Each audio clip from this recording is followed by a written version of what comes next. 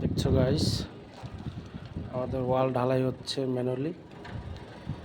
এই ওয়ালটা রেডি হয়ে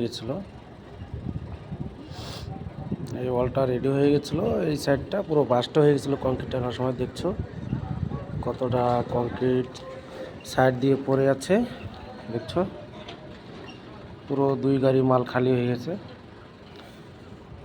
এটাকে আবার আমরা কালকে ঠিক করে রেডি করলাম।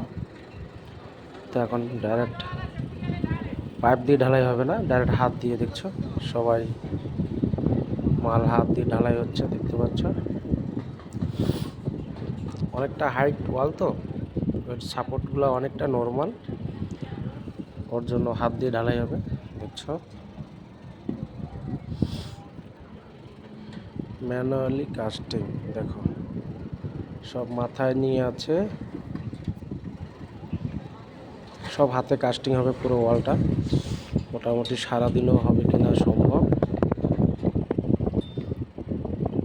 রাত্রি 10টা বেজে যাবে ঢালতে ঢালতে। দেখতে পাচ্ছ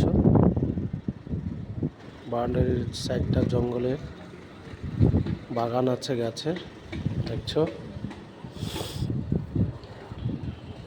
আমি অনেকটা উপর থেকে শ্যুট করছি ভিডিওটা, দেখতে পাচ্ছ লোকগুলো ছোট ছোট দেখা যাচ্ছে, দেখছো। এটা কালকে ডিশার্টিং করে এটা লাগানো হবে। পাশেরটা এটা একটু ছোট আছে, এটা মেন গেট হবে, দেখছো মেন গেটের কলম। তো টাটা।